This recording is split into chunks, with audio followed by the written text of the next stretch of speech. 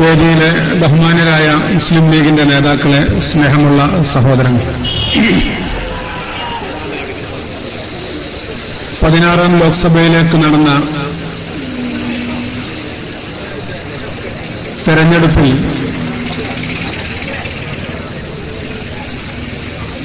നമ്മുടെ നിയോജക മണ്ഡലത്തിൽ നിന്ന് ഇ അഹമ്മദ് സാഹിബിന് ചരിത്ര വിജയം സമ്മാനിക്കാൻ അഹോരാത്രം പരിശ്രമിച്ച പ്രിയപ്പെട്ട മുസ്ലിം യൂത്ത് ലീഗിന്റെ എന്റെ പ്രിയപ്പെട്ട സഹപ്രവർത്തകരെ ഞാൻ ആദ്യമായി അഭിവാദ്യം ചെയ്യുകയാണ്. തെരഞ്ഞെടുപ്പിന്റെ വിധി ഇന്നലെ വരുന്നതുവരെ ഇന്ത്യൻ രാഷ്ട്രീയത്തിൽ ഒരുപാട് ചർച്ചകൾ അങ്ങോട്ടും ഇങ്ങോട്ടൊക്കെ നടന്നു. പക്ഷേ നമ്മൾ മുൻകൂട്ടി പറഞ്ഞതുപോലെ ഇന്ത്യയിലെ മതേതര വോട്ടുകൾ ഭിന്നിച്ചു നിന്നപ്പോൾ ഈ രാജ്യത്ത് UPA-ക്കെതിരെ വ്യാപകമായ പ്രചാരവേലകൾ ഉണ്ടായപ്പോൾ നമ്മൾ അന്ന് പറഞ്ഞു ഈ പ്രചാരവേലകളും ഈ എതിർപ്പുമൊക്കെ ഗുണം ചെയ്യുക BJP-ക്കായിരിക്കുമെന്ന്. ഇന്ത്യൻ രാഷ്ട്രീയത്തിൽ ഒരു പുതിയ പാർട്ടി ഡൽഹിയിലെ നിയമസഭാ തെരഞ്ഞെടുപ്പോടുകൂടി ഉയർത്തെഴുന്നേറ്റ് വന്നിരുന്നു. Aam Aadmi party, AAP. നമ്മൾ ആളുകളൊക്കെ ആവേശത്തിന്റെ കൂടെയുള്ള പലരും പോകും, ആവേശ കമ്മിറ്റിക്കാരാണ് പലരും. ഡൽഹിയിലെ ആവേശത്തിന് AAP വന്നപ്പോ നമ്മുടെ നാട്ടിലൊക്കെ തൊപ്പി വെച്ചിട്ട്, ചൂലിന്റെ ചിത്രമുള്ള തൊപ്പി വെച്ചിട്ട് പലരും ഇറങ്ങി. പക്ഷെ AAP ഉണ്ടാക്കിയ UPA വിരുദ്ധ തരംഗം അല്ലെങ്കിൽ ആവേശം അത് ഗുണം ചെയ്തത് BJP-ക്കാണ്. അഴിമതിയേക്കാളേറെ ഈ രാജ്യത്ത് അഴിമതി പ്രശ്നമല്ല എന്നതിനർത്ഥമല്ല. ഈ രാജ്യത്തെ ഏറ്റവും വലിയ ഭീഷണി വർഗീയതയാണ് എന്ന് നമ്മൾ പറഞ്ഞിരുന്നു. ആ വർഗീയത നരേന്ദ്രമോദിയെ മുന്നിൽ നിർത്തി വളരെ ആസൂത്രിതമായി നീങ്ങിയപ്പോ സ്വതന്ത്ര ഇന്ത്യയുടെ ചരിത്രത്തിൽ ഒരു ഫാസിസ്റ്റ് സംഘത്തിന്, തീവ്ര ഹൈന്ദവ വർഗീയ സംഘത്തിന് ഇന്ത്യയിൽ ഒറ്റയ്ക്ക് അധികാരം ലഭിച്ച വളരെ ഭീഷണികരമായ അവസ്ഥയിലാണ് നമ്മൾ നിൽക്കുന്നത്. ഇന്ത്യൻ രാഷ്ട്രീയം നമ്മൾ കരുതിയതുപോലെ അല്ല ഇപ്പോ. ഇന്ത്യൻ നാഷണൽ കോൺഗ്രസിന് BJP-ക്ക് ഉത്തർപ്രദേശിൽ കിട്ടിയതിന്റെ സീറ്റ് പോലും ഇന്ത്യൻ നാഷണൽ കോൺഗ്രസിന് ഇന്ത്യ മുഴുവൻ കിട്ടിയിട്ടില്ല. അതിന്റെ കാരണങ്ങൾ വളരെ ഗൗരവത്തോടു കൂടി ആ പാർട്ടിയും പരിശോധിക്കേണ്ടതുണ്ട്. BJP-ക്ക് ഉത്തർപ്രദേശിൽ കിട്ടിയ വോട്ട് പോലും, നിങ്ങൾക്ക് ഉത്തർപ്രദേശ് ഇവിടെ പരാജയപ്പെട്ടത് കോൺഗ്രസ് മാത്രമല്ല. ഈ രാഷ്ട്രീയത്തിൽ നമ്മൾ മനസ്സിലാക്കേണ്ട ഗൗരവകരമായ പ്രശ്നം, ഇടതുപക്ഷങ്ങൾക്ക് ഈ തെരഞ്ഞെടുപ്പിൽ വന്ന വലിയ അപജയം. ഇന്ത്യയിലെ ഇടതുപക്ഷ കക്ഷികൾ, ഫോർവേഡ് ബ്ലോക്കിന് ലോക്സഭയിൽ ആരുമില്ല. RSPക്കുള്ളത് കേരളത്തിൽ നിന്ന് പോകുന്ന പ്രേമചന്ദ്രൻ മാത്രമാണ്. CPI-ക്ക് കേരളത്തിലെ കോൺഗ്രസിലെ പരലപ്പിണക്കം കൊണ്ടും കോൺഗ്രസിന്റെ കാലിട്ട് വാരൽ കൊണ്ടും ലഭിച്ച തൃശൂർ മാത്രമാണ് CPI-ക്ക് ഈ മഹത്തായ രാജ്യത്തുള്ള ഒരേ ഒരു സീറ്റ്. CPM-ന് 9 ആളാണുള്ളത്, 2 അക്കം കഴിഞ്ഞിട്ടില്ല. ഇന്ത്യയിലെ ഇടതുപക്ഷങ്ങൾക്ക് വലിയ നഷ്ടം സംഭവിച്ച തെരഞ്ഞെടുപ്പ്. ഇന്ത്യൻ രാഷ്ട്രീയം ഗൗരവത്തോടു കൂടി ആലോചിക്കണം. കോൺഗ്രസ് 42ലേക്ക് ചുരുങ്ങി, CPIM 9ലേക്ക് ചുരുങ്ങി, CPI 1. കേരളത്തിൽ UDF-ന്റെ കൂടെ നിന്നുകൊണ്ട് മാത്രം റവല്യൂഷണറി സോഷ്യലിസ്റ്റ് പാർട്ടിക്ക് 1, ഫോർവേഡ് ബ്ലോക്കിന് എതിരില്ല. ഇനി നമുക്ക് പിന്നോക്ക രാഷ്ട്രീയം പറഞ്ഞ പിന്നോക്കക്കാരന്റെ, യാദവന്റെ, പിന്നോക്ക സമുദായത്തിന്റെ ഏകീകരണത്തിലൂടെ ജയപ്രകാശ് നാരായണന്റെ, JP-യുടെ, റാം മനോഹർ ലോഹ്യയുടെ, ആചാര്യ കൃപലാനിയുടെ ഒക്കെ നേതൃത്വത്തിൽ ആവേശം ഉൾക്കൊണ്ട് ഇന്ത്യൻ ദേശീയതയിലേക്ക് കടന്നു വന്ന വലിയ സോഷ്യലിസ്റ്റ് നേതാവായ മുലായം സിംഗ് യാദവിന്റെ പിന്നോക്ക രാഷ്ട്രീയത്തിനേറ്റ തിരിച്ചടി ഗൗരവത്തോടുകൂടി നമ്മൾ കാണണം ഈ തെരഞ്ഞെടുപ്പിൽ.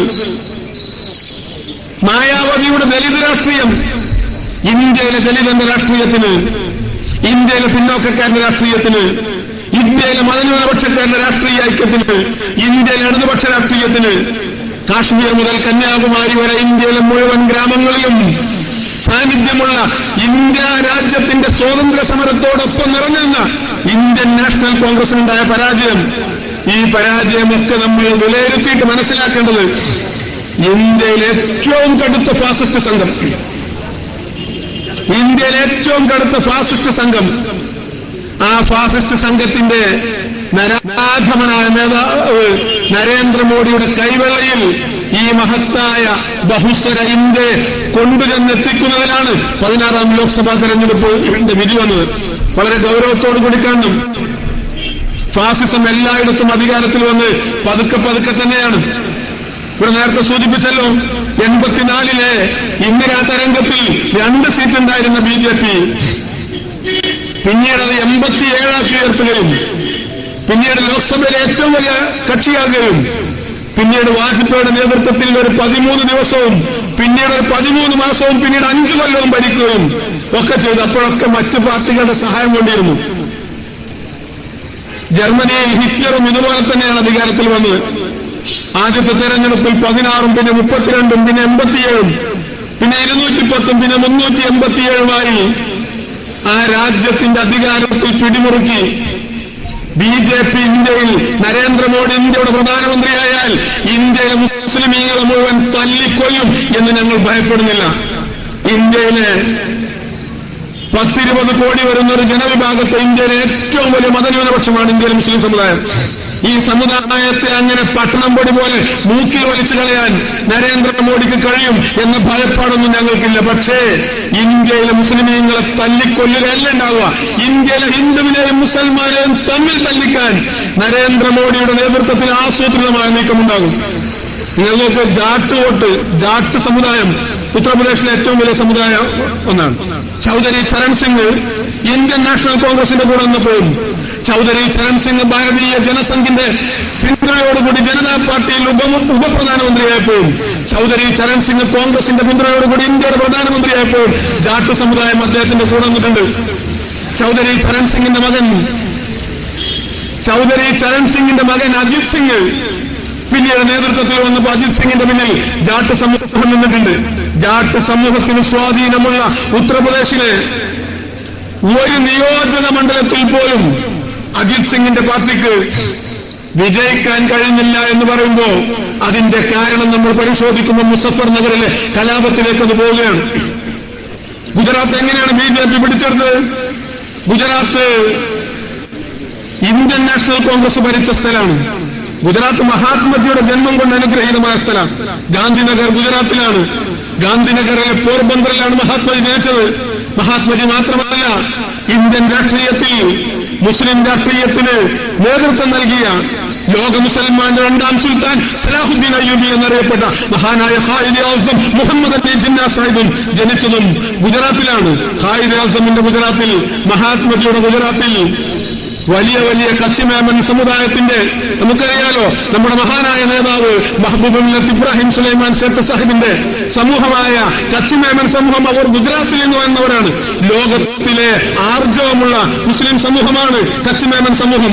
ആ ഗുജറാത്ത്, മതേതരമായ ഗുജറാത്തിനെ ഇത്തരത്തിൽ വർഗീയ ധ്രുവീകരണത്തിലേക്ക് കൊണ്ടുവന്ന് ഗോദ്രയിലുണ്ടായ, ബെസ്റ്റ് ബേക്കറിയിലുണ്ടായ, ഗുൽബർഗ സൊസൈറ്റിയിലുണ്ടായ കലാപത്തിലൂടെയാണ്. ഉത്തർപ്രദേശിലെ 187 ലോക്സഭാ സീറ്റ് UP എന്ത് പറയുന്നു അത് ഇന്ത്യ പറയുന്നു എന്നാണ്. അത് മനസ്സിലാക്കി ഗുജറാത്തിലെ കലാപത്തിന് നേതൃത്വം കൊടുത്ത അമിത്ഷായെ ഉത്തർപ്രദേശിൽ കൊണ്ടുവന്ന് ഉത്തർപ്രദേശിൽ മുസഫർ നഗറിൽ വർഗീയ കലാപമുണ്ടായി. സാധാരണ അങ്ങനെ ഒരു വർഗീയ കലാപം ഉണ്ടാകുമ്പോ, വർഗീയമായ ധ്രുവീകരണം ഉണ്ടാകുമ്പോ, ഇതുപോലെയുള്ള തീവ്ര ഹിന്ദുത്വ പാർട്ടികൾ രംഗത്ത് വരുമ്പോ യഥാർത്ഥത്തിൽ ഉണ്ടാകേണ്ടത് എന്താണ്? ന്യൂനപക്ഷങ്ങൾ ഐക്യപ്പെടുകയാണ്. നിർഭാഗ്യവശാൽ ഇന്ത്യയിൽ അതുണ്ടായില്ല. 2ാം തവണയാണ് ഇന്ത്യയിൽ ഈ അപകടം സംഭവിക്കുന്നത്. നമുക്കറിയാം ബാബരി മസ്ജിദിന്റെ തകർച്ച. നേരത്തെ അവിടെ പറഞ്ഞല്ലോ, 2 അക്കമുള്ള BJP എങ്ങനെയാണ് 84ലേക്ക് പോയത്?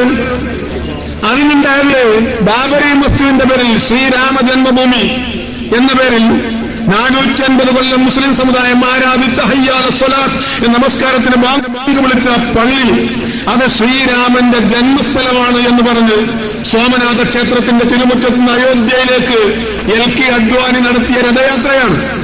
ആ രഥയാത്രാനന്തരം ബാബരി മസ്ജിദ് തകർത്തു. തകർന്നത് 450 വർഷം നമസ്കരിച്ച പള്ളിയാണ്. ആ അള്ളാഹുവിന്റെ വഖഫ് ഭൂമിയിലാണ് താൽക്കാലികമായി ക്ഷേത്രമുണ്ടാക്കി അവിടെ ആരാധന തുടങ്ങിയത്. ഇന്ത്യയിലെ മതന്യൂനപക്ഷങ്ങളായ മുസ്ലിമീങ്ങൾ എത്രമേൽ ശാഖാപരമായ അഭിപ്രായ വ്യത്യാസമുണ്ടെങ്കിലും ലാ ഇലാഹ ഇല്ലല്ലാഹ് മുഹമ്മദ് റസൂലുള്ളാഹ് എന്ന് വിശ്വസിക്കുന്ന സമുദായം ഒറ്റക്കെട്ടായി നിൽക്കേണ്ട സന്ദർഭമായിരുന്നു. അപ്പോ എന്താണ് ബാബറി മസ്ജിദ് സംരക്ഷിക്കാൻ വേണ്ടി 15 കമ്മിറ്റി ആയിരുന്നു. ബാബറി മസ്ജിദ് ആക്ഷൻ കമ്മിറ്റി, ബാബറി മസ്ജിദ് സംരക്ഷണ കമ്മിറ്റി, മില്ലി കൗൺസില്, അതുപോലെ തന്നെ ആൾ ഇന്ത്യ മുസ്ലിം ജമാഅത്ത് കൗൺസിൽ എന്ന് പറഞ്ഞ 15 കമ്മിറ്റി. നമ്മൾ യഥാർത്ഥത്തിൽ ബാബറി മസ്ജിദിന്റെ തകർച്ചയോടുകൂടി ഒരുമിച്ച് നിൽക്കേണ്ട ഇന്ത്യയിലെ മുസ്ലിം സമൂഹം എന്ത് ചെയ്തു? ബാബറി മസ്ജിദിന്റെ തകർച്ചയോടുകൂടി 15 അങ്ങോട്ട് പോയി. നരേന്ദ്രമോദിയുടെ ഭീഷണി വന്നപ്പോ ഇന്ത്യയിലെ മതന്യൂനപക്ഷങ്ങൾ ഒരുമിച്ച് നിൽക്കേണ്ട, നിങ്ങൾക്ക് മുസ്ലിം ഭൂരിപക്ഷ നിയോജക മണ്ഡലങ്ങളിൽ പോലും BJP വോട്ട് അധികം വാങ്ങി ജയിച്ചു വന്നത് എന്തുകൊണ്ടാണ്? അവിടുത്തെ ന്യൂനപക്ഷ വോട്ടുകൾ വിഘടിച്ചു പോയതുകൊണ്ടാണ്. ഞാനിത് പറയാൻ കാരണം എന്താണോ? BJPക്ക് ഇന്ത്യയിൽ ഇത്രമേൽ വലിയ സ്വാധീനം കിട്ടിയത് അത് കോൺഗ്രസിനോടുള്ള ഭരണവിരുദ്ധ വികാരം മാത്രമാണ് എന്ന് ഞാൻ വിശ്വസിക്കുന്നത്. അതും കൂടിയാണ്. ഇന്ത്യൻ നാഷണൽ കോൺഗ്രസ് ഈ തെരഞ്ഞെടുപ്പിൽ 3 ആളുകളാണ് കോൺഗ്രസിന്റെ നേതൃത്വത്തിലുണ്ടായത്. വയനാട്ടിൽ ഇന്നലെ തുറന്നു പറഞ്ഞല്ലോ, സോണിയാഗാന്ധിയും രാഹുൽ ഗാന്ധിയും അവസാനം വന്ന് പ്രിയങ്ക ഗാന്ധിയും. 2ാം നിര നേതാക്കന്മാരോ 3ാം നിര നേതാക്കന്മാരോ ആരുമില്ല. വലിയ വലിയ ദേശീയ നേതാക്കന്മാരാരുമില്ല. കോൺഗ്രസ് പലപ്പോഴും ബ്യൂറോക്രാറ്റുകളെയും ടെക്നോക്രാറ്റുകളെയും ഇറക്കിയിട്ടാണ് തെരഞ്ഞെടുപ്പ് രംഗത്ത് പ്രവർത്തനം നടത്തിയത്. ബ്യൂറോക്രാറ്റുകളും ടെക്നോക്രാറ്റുകളും ഇവന്റ് മാനേജ്മെന്റുമല്ല, ജനങ്ങൾക്കിടയിൽ പ്രവർത്തിച്ച് ജനങ്ങൾക്കിടയിൽ നിന്ന് വളർന്നു വന്ന നേതാക്കന്മാരുണ്ടാകണം. 10 കൊല്ലം ഭരിച്ച ഇന്ത്യയുടെ പ്രധാനമന്ത്രിയെ ഒരു തെരഞ്ഞെടുപ്പ് ക്യാമ്പയിനർ പോലും ആക്കാൻ കഴിയാത്ത രീതിയിലേക്ക് അവസാനത്തെ UPAയുടെ ഘട്ടങ്ങൾ വന്നതിന്റെ കാരണങ്ങൾ എന്താണ് എന്ന് വിലയിരുത്തണം. ഒരു പൊതുസമ്മേളനത്തിൽ അത് വിശദീകരിക്കാൻ പാടില്ലാത്തതുകൊണ്ട് ഞാൻ അങ്ങോട്ട് പോകില്ല. കോൺഗ്രസിന്റെ ഭരണവിരുദ്ധ ഇത് മാത്രമായിരുന്നില്ല. അങ്ങനെയാണെങ്കിൽ പല സംസ്ഥാനങ്ങളിലും BJPക്ക് ഇതുപോലുള്ളൊരു വിജയം വരാനുള്ള സാധ്യത ഉണ്ടായിരുന്നു. ഇതിന് ഉണ്ടായത് എന്താ വെച്ചാൽ മതേതര വോട്ടുകൾ ഭിന്നിച്ചുപോയി, ന്യൂനപക്ഷങ്ങൾക്കിടയിൽ ആശയക്കുഴപ്പമുണ്ടാക്കി. ആ ഉത്തരേന്ത്യൻ വിപത്ത് കേരളത്തിലേക്കും പതുക്കെ വരുന്നുണ്ട്. ഇപ്പോഴും നമ്മുടെ ആശ്വാസം എന്താ? നരേന്ദ്രമോദി ഇന്ത്യയുടെ പാർലമെന്റിൽ വന്നു നിൽക്കുമ്പോഴും നമുക്കൊരാശ്വാസം. ഇന്ത്യയിലെ 10-20 കോടിയോളം വരുന്ന മുസൽമാന്റെ ആശ്വാസം എന്താണ്? ഞങ്ങൾക്ക് വേണ്ടി ന്യായം പറയാൻ 2 ആളുകളെങ്കിലും അവിടെ ഉണ്ടല്ലോ എന്ന ആശ്വാസമാണ്. ഇന്നലെ NDTVയുടെ പ്രതിനിധി അഹമ്മദ് സാഹിബിനോട് ചോദിച്ചൊരു ചോദ്യമുണ്ട്. മൈലപ്പുറത്ത് അദ്ദേഹത്തിന്റെ വീട്ടിൽ വന്നിട്ട്, നിങ്ങൾക്ക് ആശങ്കയുണ്ടോ മോഡി വന്നത്? ഞങ്ങൾക്ക് ആശങ്കയുണ്ട്. എന്താണ് നിങ്ങളുടെ പരിപാടി എന്ന് ചോദിച്ചപ്പോ അദ്ദേഹം പറഞ്ഞു, ഇന്ത്യ മുസൽമാന്റെ കൂടി രാജ്യമാണ്. ഈ രാജ്യത്തിന്റെ ഭരണഘടനാപരമായ അവകാശങ്ങൾ ഞങ്ങൾക്ക് നിഷേധിച്ചാൽ നരേന്ദ്രമോദിയുടെ മുഖത്ത് നോക്കി അത് വാങ്ങാനുള്ള ആർജവം ഞങ്ങൾക്കുണ്ട്. എന്റെ പ്രവർത്തകർ തെരഞ്ഞെടുപ്പിലൂടെ അത് തെളിയിച്ചിട്ടുണ്ട് എന്ന് അഹമ്മദ് സാഹിബ് പറഞ്ഞിട്ടുണ്ട്. മുസ്ലിം ലീഗ് 2 സ്ഥലത്ത് ഈ കേരളത്തിൽ മത്സരിച്ചപ്പോ 2 സ്ഥലത്ത് നമ്മൾ മുന്നണിയായിട്ടാണ് മത്സരിച്ചത്. മലപ്പുറത്ത് ഐക്യജനാധിപത്യ മുന്നണിയുടെ സ്ഥാനാർത്ഥിയായിട്ടും പൊന്നാനിയിൽ UDFന്റെ സ്ഥാനാർത്ഥിയായിട്ടും, പൊന്നാനിയിൽ ഒറ്റക്കും മലപ്പുറത്ത് തെറ്റക്കും നമുക്ക് ജയിക്കാൻ കഴിഞ്ഞു എന്നുള്ളതാണ്. പൊന്നാനിയിൽ നമ്മൾ മത്സരിച്ച മുന്നണിയായിട്ട് ജയിച്ചത് ഒറ്റക്കാട്ടോ, പറയുമ്പോക്കെ പറയണല്ലോ. അപ്പൊ ഒറ്റക്കാണെങ്കിൽ നമുക്ക് കഴിയുമെന്ന് മനസ്സിലായല്ലോ. അപ്പൊ നേർക്ക് നേരെയാണെങ്കിൽ ഇതിലേറെ കഴിയില്ലേ? അങ്ങനെയല്ലോ. നേർക്ക് നേരെ വരുമ്പോ ശക്തനായ ഒരാൾ നേരിടാൻ ഇതിലേറെ കഴിയും. ബാക്കിൽ കൂടെ വന്നിട്ട് നമ്മൾ നേരിട്ടു എന്നുള്ളതാണ് പൊന്നാനി രാഷ്ട്രീയ. അതുകൊണ്ട് മനസ്സിലാക്കിക്കോളി, നേർക്ക് നേരല്ല, ബാക്ക് എതിരെ വന്നാലും ഏത് വഴിക്ക് വന്നാലും നേരിടാൻ വേണ്ടി കഴിയും. പക്ഷെ ഇവിടെ ഇപ്പോ ഇന്ത്യൻ രാഷ്ട്രീയത്തിൽ വന്ന ഈ കളി പതുക്കെ കേരളത്തിലേക്ക്, ഇപ്പൊ നേരത്തെ പറഞ്ഞ പോലെ SDPയുടെ വെൽഫെയർ പാർട്ടിയുടെ ഇവർക്കൊക്കെ എന്തായി തെരഞ്ഞെടുപ്പിൽ എന്തായിരുന്നു അജണ്ട? എന്തായിരുന്നു അവരുടെ അജണ്ട? എന്തിനു വേണ്ടിയിട്ട് അവർ ഈ തെരഞ്ഞെടുപ്പിൽ മത്സരിച്ചത്? മുസ്ലിം ലീഗിനെ ദുർബലപ്പെടുത്താനാണ്. അവിടെ എനിക്ക് ചുരുക്കാൻ ഇനി എന്താ വേണ്ട? ശ്രദ്ധിക്കല് അങ്ങോട്ടാണ് വരുന്നത്. പൊന്നാനിയിലെ വർത്താനം അണാപ്പായി തീർത്ത് ശ്രദ്ധിക്കല് പറയും. ശ്രദ്ധിക്കാൻ അർത്ഥം നിർത്തട്ടോ. സിദ്ദീഖലി വന്നാൽ പിന്നെ നമ്മൾ കൂടുതൽ പ്രസംഗിക്കുന്നത് ശരിയല്ല. അപ്പോ SDPIക്കാരനും ജമാഅത്തെ ഇസ്ലാമിക്കാരനും ഒക്കെ ഞങ്ങൾക്ക് നിങ്ങളോട് ഒറ്റ കാര്യം പറയാനുണ്ട്. ഈ രാജ്യത്ത് ജനാധിപത്യത്തിന്റെ മാർഗത്തിലൂടെ ഇപ്പൊ ഫാസിസം അധികാരത്തിൽ വന്ന എങ്ങനെ? നരേന്ദ്രമോദി അധികാരത്തിൽ വന്ന ജനാധിപത്യത്തിന്റെ മാർഗത്തിലൂടെയാണ്. അപ്പൊ ജനാധിപത്യ മാർഗത്തിലൂടെ ഇന്ത്യയിൽ മതന്യൂനപക്ഷങ്ങൾ ഒരുമിപ്പിച്ച് നിർത്തിയാൽ ഈ പ്രശ്നങ്ങൾ പരിഹരിക്കാൻ കഴിയുമെന്ന് മുസ്ലിം ലീഗ് എല്ലാ കാലത്തും പറഞ്ഞിട്ടുണ്ട്. അന്നൊക്കെ അതിനെ എതിർത്ത് നിന്നവർ നിങ്ങൾ ജനാധിപത്യത്തിന്റെ കുപ്പായം അണിഞ്ഞപ്പോൾ ലീഗിനെ തോൽപ്പിക്കാനാണ് നിന്ന്. ഞങ്ങൾക്ക് ഇവരുടെ ആളുകളോട് പറയാനുള്ളത്, ഈ രാജ്യത്ത് ഇന്ത്യയിൽ 16ാം ലോക്സഭാ തെരഞ്ഞെടുപ്പിന് ശേഷം ഇതിലിപ്പോ നരേന്ദ്രമോദിക്ക് ഇത്ര വലിയ ഭൂരിപക്ഷം കിട്ടി, ബിജെപിക്ക് ഒറ്റയ്ക്ക് കേന്ദ്രത്തിൽ ഭരണം കിട്ടി എന്ന് കരുതി എല്ലാം കൂടി അവസാനിച്ചു എന്ന് കരുതി ആരും നിരാശപ്പെടേണ്ട കാര്യമൊന്നുമില്ല കേട്ടോ. അങ്ങനെ മനസ്സിലാക്കരുത് ഞാൻ ഈ പറയുന്ന കാര്യങ്ങൾ. അങ്ങനെ മനസ്സിലാക്കേണ്ട കാര്യമൊന്നുമില്ല. ഇന്ത്യൻ നാഷണൽ കോൺഗ്രസിന് ചരിത്രത്തിലെ ഏറ്റവും വലിയ പരാജയമാണ് സംഭവിച്ചത്. പക്ഷേ ഇന്ദിരാഗാന്ധി വരെ തോറ്റ തെരഞ്ഞെടുപ്പുകൾ ഈ രാജ്യം കണ്ടിട്ടുണ്ട്. അടിയന്തരാവസ്ഥയ്ക്ക് ശേഷം ഇന്ദിരാഗാന്ധി തന്നെ തോറ്റു. പ്രധാനമന്ത്രി പരാജയപ്പെട്ടു റായ്ബറേലി എന്ന് പറയുന്ന കോൺഗ്രസിനെതിരായി ആര് മത്സരിച്ചാലും കെട്ടിവെച്ച പണം മാത്രമല്ല, പണം കെട്ടിവെച്ച റബ്ബർ പോലും കിട്ടാത്ത കാലം ഉണ്ടായിരുന്നു. അവിടെയാണ് ഇന്ദിരാഗാന്ധി പരാജയപ്പെട്ടത്. അങ്ങനെയുള്ള കാലമൊക്കെ ഉണ്ടായിരുന്നു. ഒരു തെരഞ്ഞെടുപ്പ് പരാജയം ഒരു രാഷ്ട്രീയ പാർട്ടിയുടെ അസ്തമയമൊന്നുമല്ല. ഒരു തെരഞ്ഞെടുപ്പിലെ വിജയം എന്ന് പറയുന്നത് ആ രാഷ്ട്രീയ പാർട്ടിയുടെ എന്നേക്കുമായ വിജയമൊന്നുമല്ല. മൊറാർജി ദേശായി ഇന്ത്യയുടെ പ്രധാനമന്ത്രിയായത് 3-2 ഭൂരിപക്ഷത്തോടു കൂടിയാണ്. ഒന്നാമത്തെ കോൺഗ്രസ് ഇതര ഗവൺമെന്റ് 3-2 ഭൂരിപക്ഷത്തോടു കൂടി പ്രധാനമന്ത്രിയായ മൊറാർജിയുടെ ഗവൺമെന്റ് 2 കൊല്ലം തികച്ചിട്ടില്ല. പക്ഷേ ഈ ജനാധിപത്യ സംവിധാനത്തിൽ ഈ തെരഞ്ഞെടുപ്പ് റിസൾട്ട് ശാശ്വതമായ ഒന്നാണ് എന്ന് നമ്മളാരും ഭയപ്പെടേണ്ട കാര്യമില്ല. പക്ഷേ ഇന്ത്യയുടെ ഭരണഘടനയും, അതാണ് ഞാൻ നേരത്തെ പറഞ്ഞത്, ഇന്ത്യയുടെ ഭരണഘടനയും നരേന്ദ്രമോദി ഈ രാജ്യത്ത് നമ്മൾ പറയുമ്പോൾ എല്ലാവരും മനസ്സിലാക്കുന്നത് മുസ്ലിമീങ്ങളെ ബാധിക്കുന്ന ഒരു പ്രശ്നമൊന്നുമല്ല. നരേന്ദ്രമോദി അധികാരത്തിൽ വന്നാൽ പരിശുദ്ധ ഖുർആൻ നശിപ്പിക്കുന്ന ബോഡിയൊന്നും ഞങ്ങൾക്കില്ല. ഇന്ത്യൻ ഭരണഘടന നശിപ്പിക്കാനുള്ള സാധ്യതയുണ്ട്. ഈ രാജ്യത്തിന്റെ ഭരണഘടനയാണ് ഈ രാജ്യത്തെ ഇന്നും ലോകത്തിൽ ഇതുവരെ നിലനിർത്തിയത്. ലോകത്ത് ഇത്ര വൈവിധ്യമുള്ള രാജ്യം വേറല്ലല്ലോ. കാശ്മീരിയെ പോലെയല്ലല്ലോ ബംഗാളിയെ പോലെയല്ല ആസാമിയെ പോലെയല്ല കന്നഡക്കാരനെ പോലെയല്ല തെലുങ്കൻ. ഭാഷയിലും വേഷത്തിലും ആഹാര രീതിയിലും ജീവിത രീതിയിലൊക്കെ വ്യത്യസ്തമായ 128 കോടി ജനങ്ങളെ ഇന്ത്യ എന്നൊരു വികാരത്തിൽ 67 കൊല്ലം പിടിച്ചു നിർത്തിയത്, ഈ ഇന്ത്യയെ ശൈഥില്യങ്ങളിൽ നിന്ന് വിമുക്തമാക്കി പിടിച്ചു നിർത്തിയത്, ഈ ദേശീയതയെ ഏകോപിപ്പിച്ചു നിർത്തിയത് ഇന്ന് വരെ ഇന്ത്യ ഭരിച്ച ഇന്ത്യൻ നാഷണൽ കോൺഗ്രസിനെ പോലെയുള്ള ദേശീയ സ്വഭാവമുള്ള പാർട്ടികളാണ്. അത് നഷ്ടപ്പെട്ടാൽ ഈ രാജ്യമില്ലാതെയാകും. ഈ രാജ്യമാണ് പ്രശ്നം. നരേന്ദ്രമോദി ഇന്ത്യൻ ഭരണഘടനയെ നശിപ്പിക്കാൻ, ഇന്ത്യയുടെ അവിച്ഛിന്നതയെ നശിപ്പിക്കാൻ, ഈ രാജ്യത്തിന്റെ മതേതരത്വത്തെ നശിപ്പിക്കാനുള്ള ശ്രമകരമായ പ്രവർത്തനങ്ങൾ നടത്തും എന്നാണ് നമ്മൾ ഭയപ്പെടേണ്ടത്. അത്തരത്തിൽ ഇല്ലാതിരിക്കാനുള്ള ജാഗ്രതയാണ് ഇന്ത്യ രാജ്യത്തിന്റെ ലോക്സഭയിൽ എത്തിപ്പെട്ടുള്ള മതേതര കക്ഷികൾക്ക് ഇനിയെങ്കിലും ഉണ്ടാകേണ്ടത്. ഇപ്പൊ തെരഞ്ഞെടുപ്പ് കഴിഞ്ഞപ്പോ ബീഹാറിനൊക്കെ നല്ല കാറ്റ് വരുന്നുണ്ട്. തെരഞ്ഞെടുപ്പിന് മുമ്പാണെങ്കിൽ ബീഹാറിൽ ഒരു സീറ്റ് പോലും കിട്ടില്ലായിരുന്നു. നിതീഷ് കുമാർ മുഖ്യമന്ത്രി സ്ഥാനം രാജിവെക്കാൻ തയ്യാറായി ലാലു പ്രസാദ് യാദവുമായി സഖ്യചർച്ചകൾ ആരംഭിച്ചു എന്ന് പറഞ്ഞു. നിതീഷ് കുമാറും ലാലു പ്രസാദ് യാദവും ഒരുമിച്ച് നിന്നിരുന്നെങ്കിൽ ബീഹാറിൽ ഭൂരിപക്ഷ സീറ്റുകളും ബിജെപിയെ പരാജയപ്പെടുത്താൻ വേണ്ടി കഴിയുമായിരുന്നു. ഉത്തർപ്രദേശിൽ നിങ്ങൾക്ക് കോൺഗ്രസ് പാർട്ടി സഖ്യമുണ്ടാക്കേണ്ടത് ഒന്നുകിൽ മായാവതിയുമായോ അല്ലെങ്കിൽ മുലായം സിംഗുമായോ ആയിരുന്നു. ആ സഖ്യത്തിനൊന്നും പോകാതെ അമിതമായ ആത്മവിശ്വാസത്തിലേക്ക് പോയാൽ നമ്മുടെ ജനകീയ നേതാക്കന്മാരില്ലാതിരുന്നാൽ ജനങ്ങളുടെ പൾസറിയാതെ പോകും.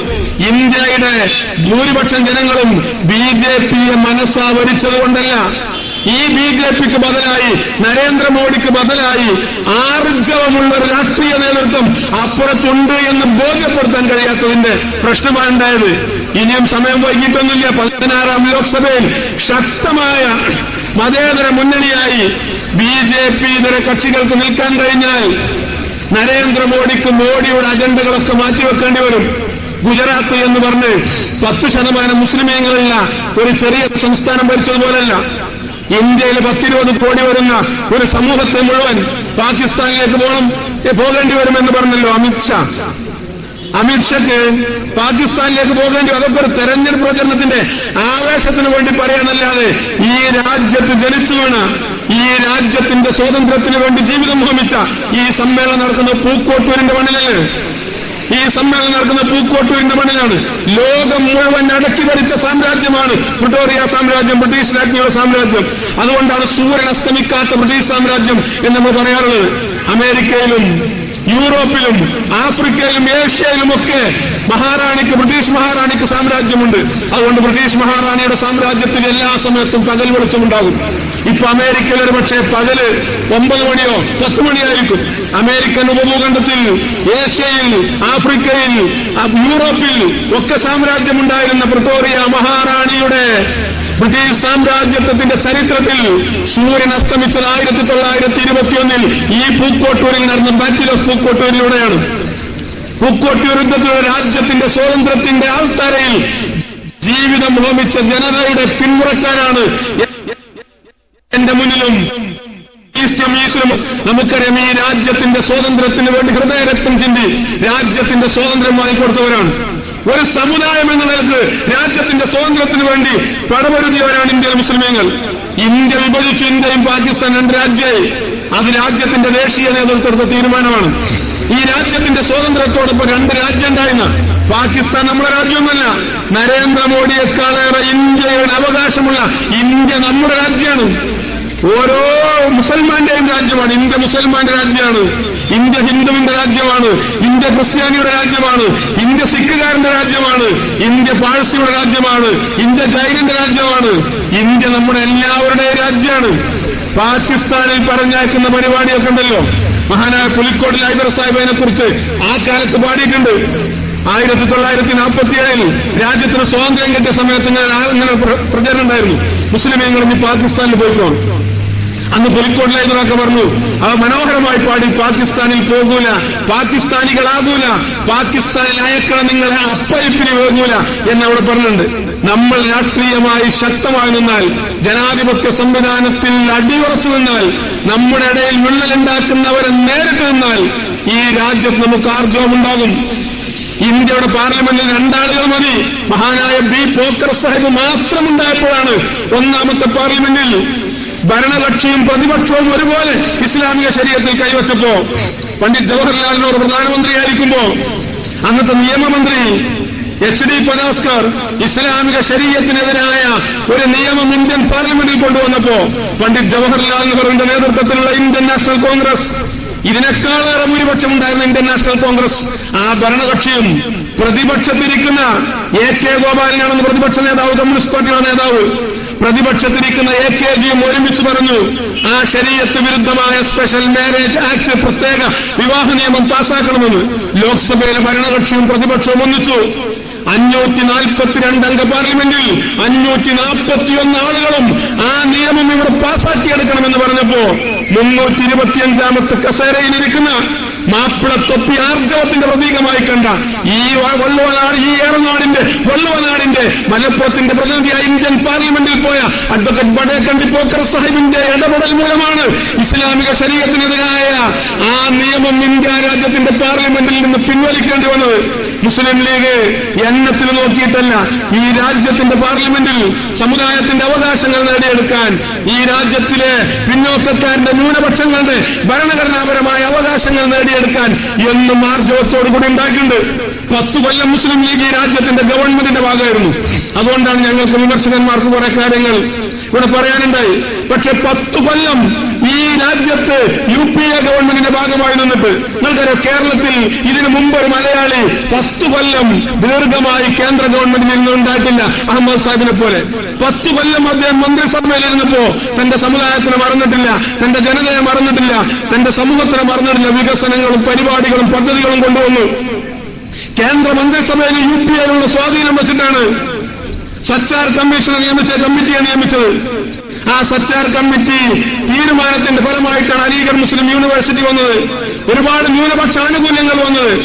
ആ നേടിയെടുത്ത ആനുകൂല്യങ്ങൾ ഞാനത് വിശദീകരിക്കണ്ടല്ലോ, നമ്മൾ തെരഞ്ഞെടുപ്പ് കാലത്ത് ചർച്ച ചെയ്തതാണ്.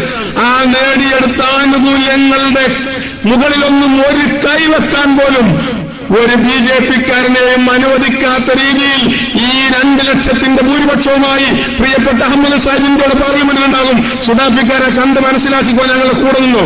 ഞങ്ങൾക്ക് ഇവരോട് പറയാനുള്ളത്, നിങ്ങൾ ഇന്ത്യയിലെ മുസ്ലിമീങ്ങളുടെ ആത്മാഭിമാനമാണ് ആഗ്രഹിക്കുന്നതെങ്കിൽ, നിങ്ങൾ ഇന്ത്യയിലെ മുസ്ലിമീങ്ങൾ ഇന്ന് അനുഭവിക്കുന്ന ഈ ദുഃഖത്തിൽ നിന്ന്, ഈ ദുഃഖത്തിന്റെ അഗാധമായ കയത്തിൽ നിന്ന് അത് വിമോചനമാണ് ആഗ്രഹിക്കുന്നതെങ്കിൽ, ഇത് 67 കൊല്ലമായി ഈ രാജ്യത്ത് പ്രവർത്തിച്ച് 67 കൊല്ലമായി ഈ രാജ്യത്ത് പ്രവർത്തിച്ച് അന്തസ്സോടുകൂടി ആത്മാഭിമാനത്തോടുകൂടി ഇന്ത്യൻ രാഷ്ട്രീയത്തിന് നെറുകയിൽ നിൽക്കുന്ന മുസ്ലിം ലീഗിലേക്ക് കടന്നു വരണം. ഞങ്ങൾ തുടങ്ങിയതെന്ന ഇതിനേക്കാളും വലിയ പ്രശ്നം ഉണ്ടായ സമയത്താണ്. നരേന്ദ്രമോദിയുടെ BJPയുടെ ഉമ്മാശി കണ്ട് ഭയപ്പെടുന്നവരല്ല മുസ്ലിം ലീഗുകാർ. നമ്മൾ തുടങ്ങിയത് 48 48 മാർച്ച് മാസം 10-ാം തീയതിയുടെ പ്രത്യേകത എന്താ? 48 ജനുവരി 30-നാണ് മഹാത്മാഗാന്ധി വെടിയേറ്റ് മരിച്ചത്. എന്തിനാ ഗാന്ധിജിയെ കൊന്നത്? മഹാത്മജി ഒരു മനുഷ്യനെ ഉപദ്രവിക്കാത്ത ആളാണ്, ഒരു ഉറുമ്പിനെ പോലും കൊല്ലാത്ത ആളാണ്. വലത്തെ കവളത്തടിച്ചാൽ ഇടത്തെ കവൾ കാണിച്ചു കൊടുക്കണമെന്ന് പറഞ്ഞ അഹിംസയുടെ പ്രവാചകനാണ്. നൂറ്റാണ്ടുകളോളം, പതിറ്റാണ്ടുകളോളം ഇന്ത്യ ഭരിച്ച വൈദേശികാധിപത്യത്തിനെതിരെ സഹന സമരം നടത്തി, ദണ്ഡിയിലേക്ക് യാത്ര നടത്തി, ഉപ്പുകുറുക്കി അഹിംസയിലൂടെ ബ്രിട്ടീഷ് സാമ്രാജ്യത്വത്തെ കെട്ടുകെട്ടിച്ച് ഈ രാജ്യത്തിന് സ്വാതന്ത്ര്യം വാങ്ങിക്കൊടുത്ത ആളാണ്. ലോകത്തെ ഏത് സ്വാതന്ത്ര്യ സമര നേതാവും, ഏത് ദേശീയ നേതാവും സ്വാതന്ത്ര്യം കിട്ടുമ്പോ അധികാരമേൽക്കാൻ വേണ്ടി അധികാരത്തിന്റെ സോപാനത്തിലേക്ക് കയറിയവരാണ്. മഹാത്മജി ഇന്ത്യക്ക് സ്വാതന്ത്ര്യം കിട്ടിയപ്പോ ഫാദർ ഓഫ് നേഷൻ എന്ന് ഈ രാജ്യം വിളിച്ച രാഷ്ട്രപിതാവ് നവഖാലിയിലെ വർഗീയ കലാപം നടക്കുന്ന പ്രദേശത്ത് മുസ്ലിം ന്യൂനപക്ഷങ്ങൾക്ക് വേണ്ടി അവിടെ പ്രവർത്തിക്കുകയായിരുന്നു. അധികാരത്തിന്റെ 7 അയലത്ത് പോലും വരാത്ത മഹാത്മജിയെ, ഒരു ഉറുമ്പിനെ പോലും നോവിക്കാത്ത മഹാത്മജി എന്തിനാ കൊന്നത്? 47 ഓഗസ്റ്റ് 15 ഇന്ത്യക്ക് സ്വാതന്ത്ര്യം കിട്ടിയപ്പോ അമിത്ഷാ ഇന്ന് പറഞ്ഞതുപോലെ അന്ന് ചിലർ പറഞ്ഞു, മുസ്ലിങ്ങൾക്ക് ഇനി ഈ രാജ്യത്തൊരു അവകാശമില്ല, നിങ്ങൾക്ക് പാകിസ്ഥാനിൽ പോകാം. മാതൃഭൂമി ദിനപത്രം മുഖപ്രസംഗം എഴുതി. മാതൃഭൂമി പത്രം RSSന്റെ മുഖപത്രമായ കേസരിയല്ല, മുഹമ്മദ് അബ്ദുറഹ്മാൻ സാഹിബും കേരളത്തിലെ ദേശീയ പ്രസ്ഥാനവും പടുത്തുയർത്തിയ മാതൃഭൂമി 1947 ഓഗസ്റ്റ് മാസം 23-ാം തീയതി ഇറങ്ങിയ പത്രത്തിൽ മുഖപ്രസംഗം എഴുതി, ഈ മുസ്ലിമീങ്ങൾക്ക് ഇനി ഇന്ത്യയിൽ എന്തെവിടെ കാര്യം, ഇവർക്ക് പാകിസ്ഥാനിൽ പോകരുതോ? മുസ്ലിങ്ങൾക്ക് ലീഗർക്കല്ല, ഈ രാജ്യത്തിലെ ഉദ്യോഗങ്ങളിലൊന്നും മുസ്ലിമീങ്ങൾ എടുക്കരുത് എന്ന് സർക്കുലർ കൊണ്ടുവന്നു. കേന്ദ്രമന്ത്രി TT കൃഷ്ണമാചാര്യയുടെ സർക്കുലർ ഇന്ത്യയിലെ മുഴുവൻ സർക്കാർ ഓഫീസിലും വന്നു.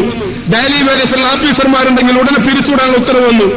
വെല്ലൂർ പോലീസ് അക്കാദമിയിൽ SI of police sub inspector passing out parade കാത്തു നിൽക്കുന്ന 12 ആളുകൾ മുസ്ലിമീങ്ങളായതിന്റെ പിരിച്ചുവിട്ടു, നിങ്ങൾ പാകിസ്ഥാനിൽ പോയിക്കോന്ന് പറഞ്ഞു.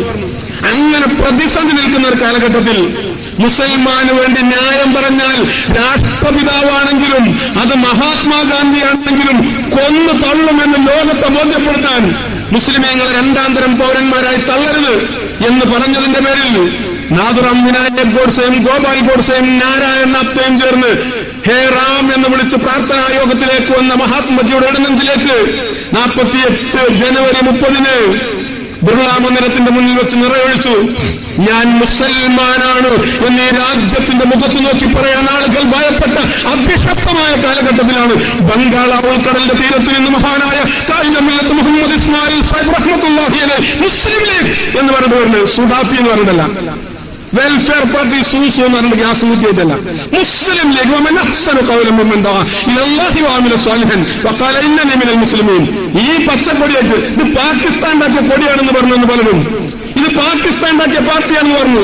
നിങ്ങൾ ലീഗ് എന്ന് പറഞ്ഞു തന്നാൽ ഒരു ഗ്രാമപഞ്ചായത്തിൽ മെമ്പറാകാൻ കഴിയില്ല എന്ന് പറഞ്ഞു. അങ്ങനെ പറഞ്ഞ പാർട്ടി അന്ന് അവർ പറഞ്ഞു ഭൂരിപക്ഷമാണ് ജനാധിപത്യത്തിൽ ജയിക്കുക, മുസ്ലിമീങ്ങൾ ന്യൂനപക്ഷമാണ്, നിങ്ങൾ ജനാധിപത്യത്തിന്റെ മാർഗത്തിൽ നിന്നാൽ നിങ്ങൾക്ക് അപകടം ഉണ്ടാവും. ഈ രാജ്യത്ത് മുസ്ലിങ്ങളെ രക്ഷിക്കാൻ അള്ളാഹുവിന്റെ മാർഗത്തിൽ ഖാത്തിലൂ ഫീ സബീലില്ലാഹ്, അള്ളാന്റെ മാർഗത്തിൽ യുദ്ധം ചെയ്യണമെന്ന് പറഞ്ഞ പോലെയാണ് ജമാഅത്തേർ. അവർ ഹുക്കൂമത്തെ ഇലാഹി ഇഖാമത്തെ ദീനും പറഞ്ഞവരാ, തീവ്രവാദം പറഞ്ഞവരാ.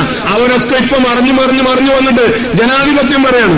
ഞങ്ങളൊന്ന് ചോദിക്കട്ടെ, ഇന്നിവിടെ ആർക്കും മുസ്ലിമീങ്ങൾക്ക് വേണ്ടി പറയാം, ആർക്കും മുസ്ലിമീങ്ങൾക്ക് വേണ്ടി സംഘടിക്കാം. ഞാൻ ദീർഘമായി സംസാരിക്കില്ല. ഒരു കാര്യം വണക്കമായി ചോദിക്കട്ടെ, സുഡാപ്പിക്കാരാ, ഇങ്ങനൊരു പേരിടാനുള്ള ധൈര്യം ഉണ്ടോ? നിനക്ക് ഇങ്ങനൊരു പേരിടാനുള്ള ധൈര്യമുണ്ടോ? ഇങ്ങനൊരു പേരിടാനുള്ള ധൈര്യം ജമാഅത്തേരുണ്ട്. അള്ളാന്റെ ഭരണം കൊണ്ടുവരാൻ പോയ ജമാഅത്തേരൻ പാർട്ടി ഉണ്ടാക്കുമ്പോ പേരിടല് സ്പ്രേ കുപ്പിക്കുന്ന പേരാ വെൽഫെയർ പാർട്ടി. അള്ളാന്റെ മാർഗത്തിൽ യുദ്ധം ചെയ്ത് മരിക്കാൻ പോയാലാണ്. ജന്നാത്തും തജ്രീമിൻ തഹ്തിഹൽ അൻഹാർ ഖാലിദീന ഫീഹ, അതൊക്കെ യോഗത്തിൽ പറയാം, മരിച്ച സ്വർഗം കിട്ടും. ആ പാർട്ടിക്ക് പേര് സുഡാപ്പി. ആ പാർട്ടിക്ക് നിങ്ങൾക്ക് ഇങ്ങനെ എപ്പോഴും ധൈര്യമുണ്ടോ? നരേന്ദ്രമോദിയുടെ മുഖത്ത് നോക്കി എന്റെ പ്രിയപ്പെട്ട നേതാവ് അഹമ്മദ് സാഹിബും ടി മുഹമ്മദ് ബഷീർ സാഹിബും ഈ സമുദായത്തിന് വേണ്ടി വിരൽ ചൂണ്ടി സംസാരിക്കുമ്പോൾ അവർ പ്രതിനിധാനം ചെയ്യുന്ന മുസ്ലിം ലീഗിനാണ്. മുസ്ലിം ലീഗ് ലാ ഇലാഹ ഇല്ലല്ലാഹ് എന്ന കലിമത്ത് തൗഹീദിൽ വിശ്വസിക്കുകയും ഞാനൊരു മുസൽമാനാണെന്ന് അന്തസ്സോടുകൂടി പാർലമെന്റിൽ വിളിക്കും എന്റെ നേതാക്കളെ, മുസ്ലിം ലീഗിന്റെ അഖിലേന്ത്യാ അധ്യക്ഷനെയും സെക്രട്ടറിയെയും നരേന്ദ്രമോദിയുടെ മുന്നിൽ സത്യപ്രതിജ്ഞ ചെയ്യാൻ മുസ്ലിം ലീഗ് മെമ്പേഴ്സ് എന്ന് പറഞ്ഞ വിളിക്കുക. മുസ്ലിം ലീഗ് മെമ്പേഴ്സ് സർവശക്തനായ അല്ലാഹുവിന്റെ നാമത്തിൽ നെയിം ഓഫ് അല്ലാഹ് എന്ന് പറഞ്ഞ നരേന്ദ്രമോദിയുടെ മുന്നിൽ പ്രതിജ്ഞ എടുക്കുന്ന സുഡാപ്പിക്കാർ എന്നിട്ട് അവന്റെ മുഖത്ത് നോക്കി ഈ സമുദായത്തിന്റെ ഭരണഘടനാപരമായ അവകാശങ്ങൾ ഞങ്ങൾ പിടിച്ചു വാങ്ങും. ഇതാ നമുക്ക് ഒരുങ്ങിയിരിക്കാൻ ഇനി പോരാട്ടത്തിന്റെ ജനാധിപത്യ രീതിയിലുള്ള പോരാട്ടത്തിന്റെ നാളുകളാണ്. അത് ഫാസിസത്തിനെതിരായ പോരാട്ടമാണ്. അതോടൊപ്പം തന്നെ ഈ രാജ്യത്ത് ന്യൂനപക്ഷങ്ങളുടെ വോട്ടുകൾ അങ്ങോട്ടും ഇങ്ങോട്ടും കടിച്ചു കയറി നാശാക്കിയിട്ട് അതിന്റെ ഇടയിൽ ഫാസിസത്തിന് പേരുവാൻ സാഹചര്യം നൽകുന്ന ഈ തീവ്രവാദികളുടെ ജമാഅത്തെ ഇസ്ലാമിക്കാരന്റെ പോലെയുള്ള സുഡാപ്പികളെ പോലെയുള്ള ഞാനുള്ള രാഷ്ട്രീയക്കാരനെതിരെയുള്ള നീക്കം കൂടിയാണ് എന്ന് മാത്രം പറഞ്ഞുകൊണ്ട് ഇന്ത്യൻ യൂണിയൻ മുസ്ലിം ലീഗ് കേരളത്തിന്റെ രാഷ്ട്രീയത്തിൽ ഏറ്റവും ശക്തമായ രാഷ്ട്രീയ സംഘടനയാണ് എന്ന് തെളിയിച്ച് ഒറ്റക്ക് നിന്നാലും ഒന്നല്ല 1000 വട്ടം പോരാടാനുള്ള ബാല്യമുണ്ട് എന്ന് തെളിയിച്ച് ഐക്യജനാധിപത്യ മുന്നണിക്ക് വലിയ വേരോട്ടം ഉണ്ടായിക്കൊടുത്ത മുസ്ലിം ലീഗ് അത് ജനാധിപത്യ മുന്നണി മനസ്സിലാക്കണം എന്നുകൂടി ഞാൻ ഇത്തരണത്തിൽ പറയാണ്. 72 സീറ്റിന്റെ അഡ്ജസ്റ്റ്മെന്റ് ആയിട്ട് കയറി വന്ന 85 സീറ്റിൽ ഭൂരിപക്ഷം ഉണ്ടിപ്പോ. 85 സീറ്റിൽ ആ ഭൂരിപക്ഷം ലഭിച്ച ഓരോ സ്ഥലത്തെയും ബൂത്തുകളെടുത്ത് പരിശോധിക്കണം. ഐക്യജനാധിപത്യ മുന്നണിയുടെ നേതാക്കന്മാർ പരിശോധിക്കണം. കേരളത്തിലെ രാഷ്ട്രീയ നിരീക്ഷകന്മാർ പരിശോധിക്കണം. മുസ്ലിം ലീഗിന് സ്വാധീനമുള്ള ബൂത്തുകളിലാണ് ഐക്യജനാധിപത്യ മുന്നണി ലീഡ് ചെയ്യുന്നത്. വയനാട് ലോക്സഭാ മണ്ഡലത്തിൽ 1.5 ലക്ഷം വോട്ടിന്റെ ഭൂരിപക്ഷത്തിന് കഴിഞ്ഞ തവണ വിജയിച്ചു. ഇത്തവണ അത് 20,000 ചില്ലാനമായപ്പോ അവിടെ എവിടെയൊക്കെയാണ് AICCയുടെ വക്താവ് ലീഡ് ചെയ്തത് എന്ന് വളരെ വ്യക്തമായി മനസ്സിലാക്കണം. ഈ അർദ്ധചന്ദ്ര താരാങ്കിതമായ ഹരിത പതാക പിടിച്ചിട്ട് ഞങ്ങളോട് പാണക്കാട് സയ്യിദ് ഹൈദരലി ശിഹാബ് തങ്ങൾ ജനാധിപത്യ മുന്നണിയുടെ സ്ഥാനാർത്ഥിക്ക് വേണ്ടി പ്രവർത്തിക്കാൻ പറഞ്ഞപ്പോ ഞങ്ങൾ മുന്നിലും പിന്നിലും രാവിലും പകലും UDFന് വേണ്ടി പ്രവർത്തിച്ചപ്പോ വയനാട്ടിൽ ജയിച്ചു. കോഴിക്കോട്ട് MK രാഘവൻ എന്ന വ്യക്തിക്ക് കിട്ടിയ വോട്ടാണ് എന്ന് പറയുന്നത് അദ്ദേഹത്തിന്റെ വ്യക്തിത്വത്തിന് വോട്ട് കിട്ടിയിട്ടുണ്ട്. ഇല്ല എന്ന് പറയാൻ ഒരു രാഷ്ട്രീയ വിദ്യാർത്ഥി എന്ന നിലയ്ക്ക് ഞാൻ ആളില്ല. പക്ഷേ കോഴിക്കോട്ടെ ബൂത്ത് തിരിച്ച കണക്കുകൾ നോക്കിക്കോ. സയ്യിദ് ഹൈദരലി ശിഹാബ് തങ്ങളുടെ സംഘത്തിന്, അഭിനന്ദനായ PK കുഞ്ഞാലിക്കുട്ടി സാഹിബിന്റെ സംഘത്തിന്, ഈ പച്ചക്കൊടി രാഷ്ട്രീയ പാർട്ടിക്ക് എവിടെയൊക്കെ സ്വാധീനമുണ്ടോ അവിടെയൊക്കെ MK രാഘവൻ നല്ല ഭൂരിപക്ഷം നേടിയിട്ടുണ്ട്. പൊന്നാനിയിൽ നമുക്ക് സ്വാധീനമുള്ളവർക്ക് മാത്രവും നമ്മൾ ഭൂരിപക്ഷം നേടിയിട്ടുണ്ട്. അങ്ങനെ മുസ്ലിം ലീഗ് ഐക്യജനാധിപത്യ മുന്നണിക്ക് വേണ്ടി മത്സരിക്കുകയും പൊന്നാനിയിൽ ഒറ്റയ്ക്ക് ജയിക്കുകയും ചെയ്ത ഈ സന്തോഷ ചടങ്ങിൽ നിങ്ങൾ എല്ലാവരെയും അഭിവാദ്യം ചെയ്തുകൊണ്ട് ഞാൻ അവസാനിപ്പിക്കട്ടെ. അസ്സലാമു അലൈക്കും.